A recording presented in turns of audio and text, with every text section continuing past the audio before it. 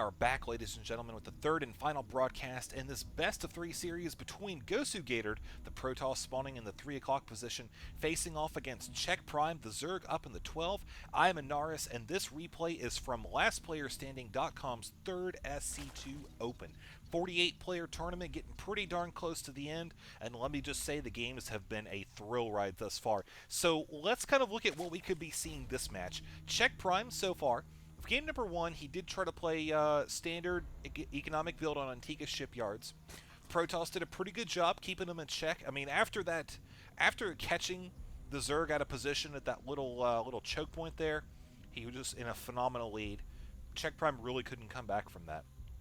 So game number 2, you know, that Nidus Worm, glorious, absolutely glorious. GosuGatored just completely caught off guard by that.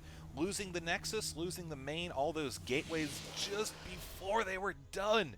Not only that, but Warp Gate was just an inch away from completion. If he had those gateways, it would have been a completely different story. But now we are here in an entirely different map, and we're going to wait and see what happens with close by air positions. We could see GosuGatored opening up with Stargate Harass. I think that would be something that would be very powerful. Probably don't want to overcommit to it, though, or commit too much to attacking the main base. While I think it would be very effective, it would also force the Zerg to, you know, just, I mean, pretty much you could just keep a couple queens here in the main, and that would be it. Not a lot that could really be done about it. Unless the Protoss decided to go with a whole bunch of Phoenix, in which case, that's just darned annoying, man. For a Zerg player, having all those Phoenix running around, losing all that map control, oh, it's just such a pain in the rear. So we'll see what GosuGatored opens with. You know, he could do War Prism play. That's something that's seeing a little bit more spotlight time these days, especially since it did receive a 60 shield boost. So here comes the probe down here, dropping the Cybernetics core. Wall off, looking pretty standard there. Not too surprised. Was it shield or hit points? Now that I said that, and I think, oh god, that's wrong. I'm having a complete and total mental block. I know this. Oh well, I'm sure somebody in the video is gonna be nice and polite and tell me. And there's also going to be somebody that thinks that I've never played the game and thinks I'm a retard because I forgot. Oh well, I'm human. Everybody gets mental blocks. We shall move on. Because this game, I'm really stoked, man. CheckPrime, he is one of those kind of unorthodox players, pulls some pretty interesting builds out of his hat, reacts very smartly, very appropriately. Gator down here, man, he is, I mean, I'll tell you what, he has shown that if you can get him into the late game, he is very powerful indeed.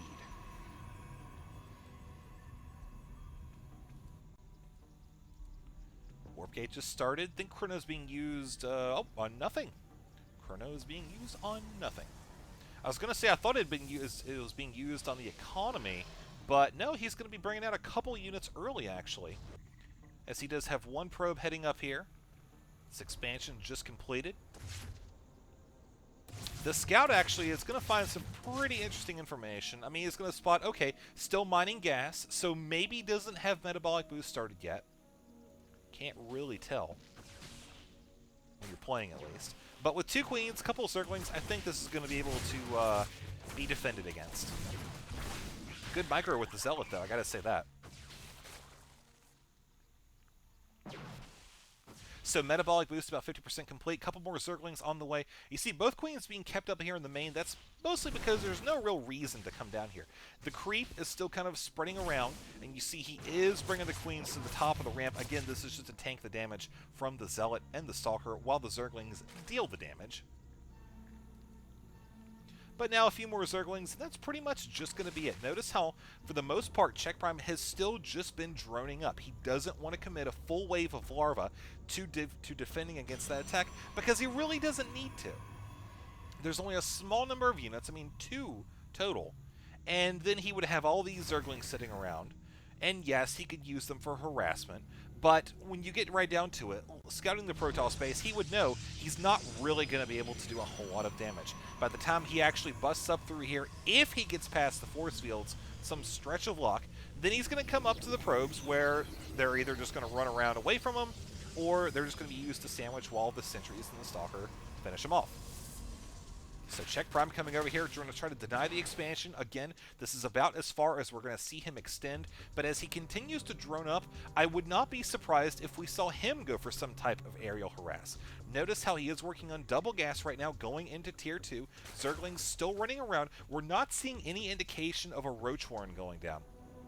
So I think that gas is just going to be continuing to accumulate as we watch those Zerglings. Keep an eye on the Protoss, waiting to see if there's going to be a probe transfer that maybe they can come down and harass. Of course, there's a couple probes, several probes now. Here comes the cavalry, and there's the Stargate on the way now with 2 gateways total. Warp Gate technology finishing some time ago.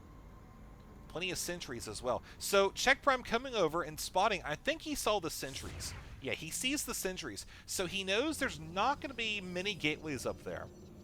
Not going to be much in the way of tech either, because again, all of that gas right there has gone into the sentries, and we do just now have our first Void Ray heading out. It'll pop out about 8:30 or so.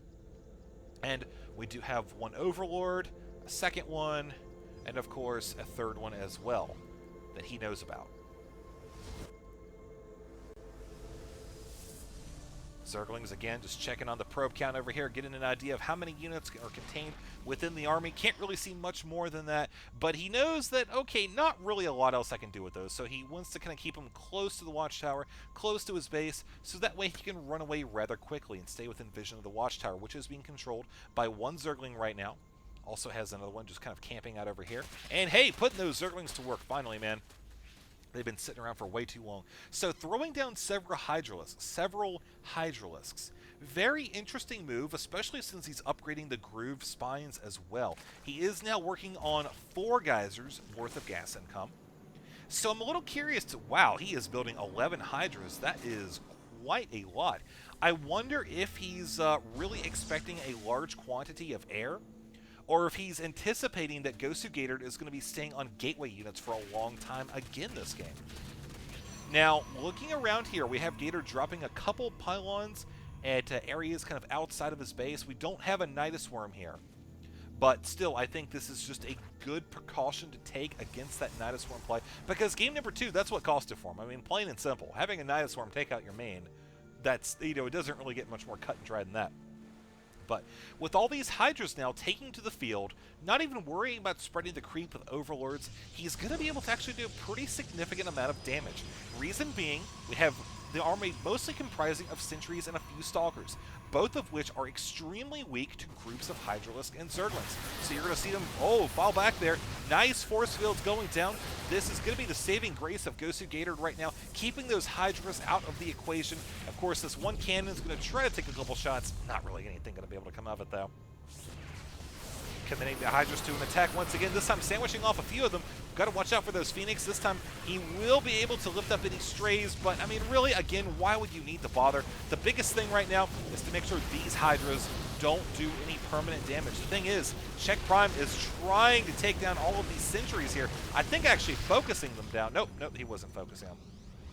But if he could have taken out all of those sentries, then that would have actually been just a massive hit to GosuGatored's army, because that would have been like 700 gas worth of energy that had just been saving up and could be dropped for hallucinations later. Could have been force fields. You know, obviously the force fields in the defense there proved to be of great value. A GosuGatored dropping a pylon just inside of the Zergling's vision right there. That's actually kind of ballsy. Not doing anything about it, though. But he is sending in a second wave of Hydras and Zerglings.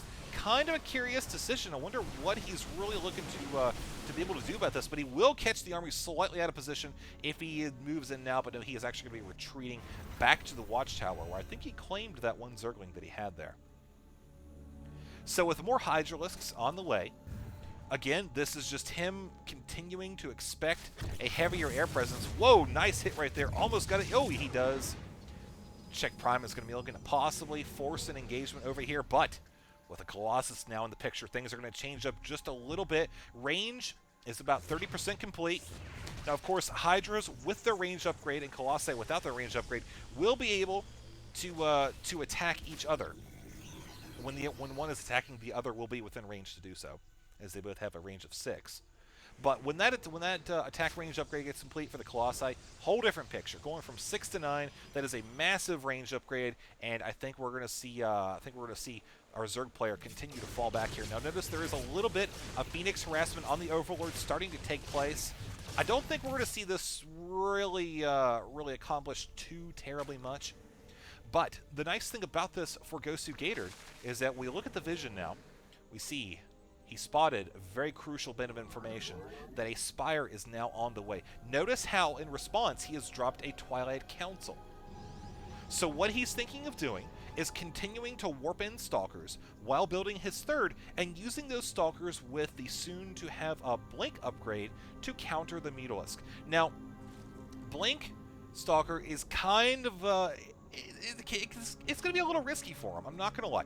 He's going to have really good scouting information on the Zerg player. He's going to have a good read, because if he overcommits those Stalkers, he's going to end up without as many Colossi or without as much tech or whatever. You know, each Stalker is 50 gas, so he's going to have to be super careful about that. But at the same time, if he doesn't commit enough, if CheckPrime realizes that the Protoss is not taking the threat seriously enough, then he is just going to run this Protoss into the ground with this close-by air spawning position. And we're going to have to wait and see in the coming moments how this actually unfolds.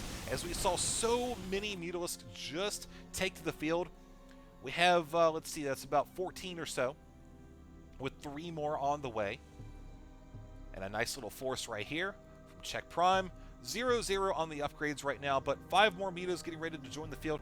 Oh man, nice response, good and quick by GosuGatored.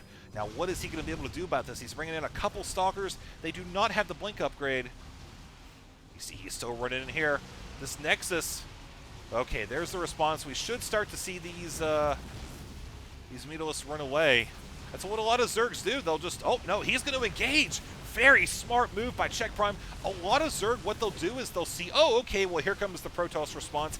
Might as well just leave, because chances are they're going to have a crap ton of anti-air.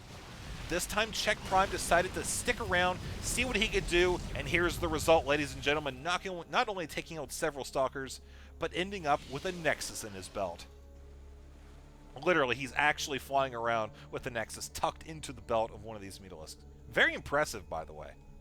Cannot say the Zerg are not technologically advanced. Gravity, no problem. But now CheckPrime is in just a great spot right now. He's going to be able to bring these Mutas in once again, take out more probes, and this time he's going to have a shot at the pylons, at the tech, and leaving his Mutas split up like that. Really, the only thing he's going to have a shot at is death right now. So watching the Protoss player continue to rebuild, notice it's kind of interesting. He's not building a Nexus up here. Yes, very low on the minerals, but he's more worried about this.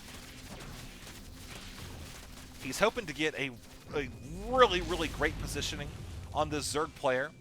By forcing him up here, basically forcing him here, then he's going to get so many kills. Look at this, folks. These 3 Colossi just having a field day, knocking out every single ground force. Nothing there was remotely capable of countering Force Field Colossus. The only thing that is a whole boatload of Mutas and Zerglings getting ready to run into this base as well. You're going to see the second Nexus go down. I'm calling it right now. It's going to go down. There's nothing the Protoss player can do about it, and there it goes, leaving the income for GosuGatored in shambles. I mean, this is just wrecked.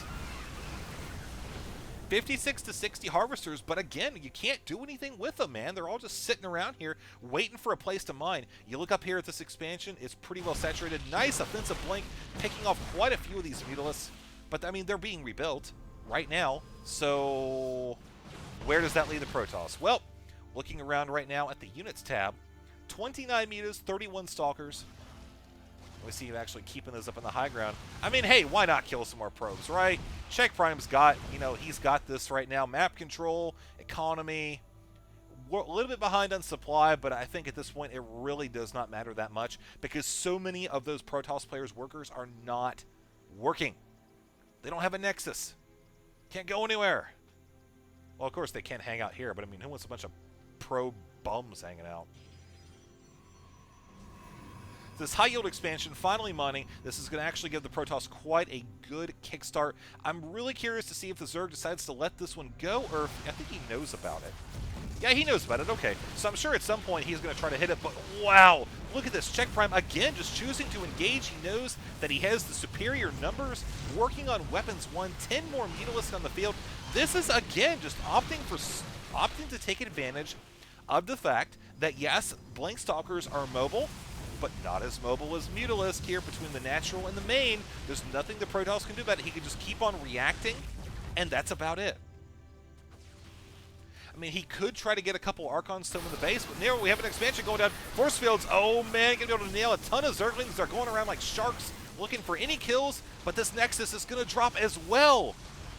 Oh my god, great play here by CheckPrime. Oh, nice response by GosuGatored, able to come in at the 11th hour here and save this. Nice blink as well, popping off even more Mutalisks. So with another hatchery on the way, we take a look at the economy now that this pressure is being continuously applied. 47 to 60. We see the mineral income is fairly even, but look at the gas. That is just such a huge increase compared to the Protoss player that I really don't know if GosuGatored is going to be able to come back from this. I really, truly don't. I think that he's done a really good job reacting, but the Zerg player has just been so adamant about pressing on with the aerial harassment. You see him continuing 2 different areas with the Mutalisk, working on knocking out the pylons, trying to keep the Protoss supply count. I mean, keep in mind, not only is that supply, you know, obviously it's annoying to have your supply dropped like that, but you're also going to have buildings that are unpowered, not able to use them, so that's going to limit the army, plus the money that it takes to invest back into the pylons, which is one of the areas that the Protoss player is hurting right now. Up until recently, he's had a lot of probes, just not really able to mine with the same level of efficiency as the Zerg. And so now here comes even more Metos, about 30 of them or so. CheckPrime knows he can take this down. He's going to be knocking out even more Stalkers. And I mean, really, he can take it. Look at the income right now. Look at the stored money. 2,200 minerals, 1,400 gas. You could see a majority of these rebuilt in about 25, 30 seconds. No problem. So with yet more gas on the way, we take a look at that now, and we see it's still borderline on 1,000. There goes the Twilight Council. And now we have a Greater Spire on the way, folks. Gotta be careful with these Colossi. They're one of the reasons the Protoss still has ground domination. If he ended up losing those, the Zealots would be pretty much responsible for cleaning up a lot of the mess, as, again, those Blink Stalkers would just be running around putting out fires at all the expansions, with the Mutalisk just continuing to knock out the Nexus. And we see here at the income, now the Zerg is tipping above 1,000. Look at the resources lost right now, kind of give you an idea of how things are going. Look at the workers lost, 30 to 3. Might help if my control button worked to get rid of that menu. So looking at the upgrades, 2-0-0 for the Protoss. I think Zerg Air is 0-1. Yeah, it's 0-1 right now. We do have weapons, melee 1, armor 1 on the way. And the Zerg player moving forward, I'll tell you what, looking at this, not a lot in the way of anti-air, and the Protoss really doesn't have a lot to invest in it. He is very gas-heavy right now. I think possibly some Archons would be a very nice thing to have at this point.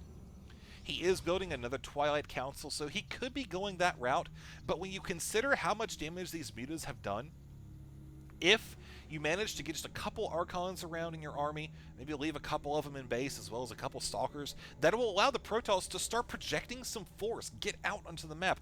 As up until this point, he has just been defending his base. Here goes Zerglings again, going to the probe line. Uh-oh. Oh man, he is just going to be going for the Nexus again. This could be going down, ladies and gentlemen. Another substantial loss for the Protoss economy, as we see him just moving forward, hoping to maybe just try to counter, or at least establish map control, not really reacting to anything. I mean, what would be the point?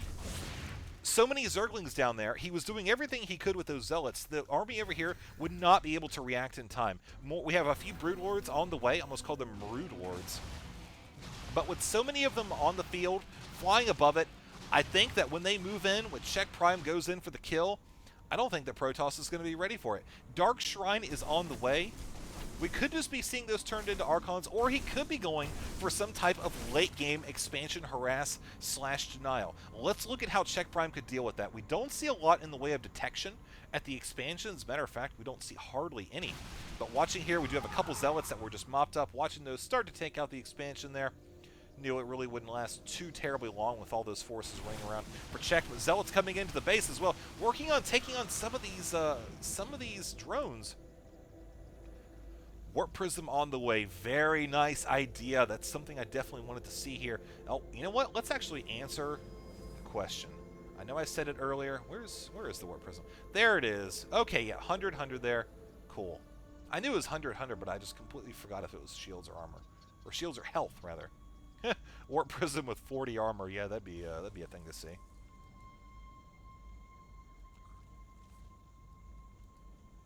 So more Broodlords. I mean, just really, as far as the Protoss is concerned, I have to say this.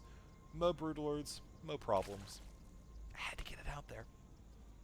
I'm sure you'll forgive me at some point. But Dark Templar, Zealots pinned up against the wall. Where are those DTs warping in, actually? Ooh, sneaky. Gonna be coming in up here, working on taking out the Greater Spire, denying that upgrade, denying any more Broodlords. We saw the Zerg was able to cram out the last one. And we also do have a couple Queens hanging out midfield, continuing to spread the creep as well. And we see poor Zealot just getting knocked out super quick. We are going to have this Hive taken out, so the Zerg is going to be in a little bit of a predicament. Can he knock out the spawning pool? Oh no, so close, but not quite. Total resources lost now, 23.6 to 18. And we see several High Templar now in the field. He does have Psystorm, so that's going to help him out a good bit. More Zealots on the way, and we do have detection at the expansion this time. This is where the lair is going to be, a little bit farther out. You know, oh, well, hey. I mean, hey, why not, when you can make one, why not make two, right? So Zealot's going to be able to take out this expansion if the Zerg does not respond to it, although I'm sure he will. I mean, he's got a whole bunch of mutas here. And now the Broodlords with the Infestors and the Queens going to be moving in for the kill. Protoss really doesn't have a whole lot he can do about this. Fungal growth will be absolutely phenomenal. Nice! Storms landing on top of a lot of the Broodlords, forcing a ton of them away. We're seeing that collective health of their pack just dropping down to about 50%, now about 40%. Oh, good heals. Nice last second catch by CheckPrime as the Protoss continues to move forward. GosuGatored is going to have to do something about these Broodlords here way far back. All these Broodlings are just keeping the Stalkers at bay. I mean, really, what can you do with a 10-second blink cooldown? Everything he possibly can, but will it be enough? That is the question. Force Field's actually going to keep the Broodlings from attacking the Stalkers in one direction, forcing them to kind of a little nice makeshift corner here.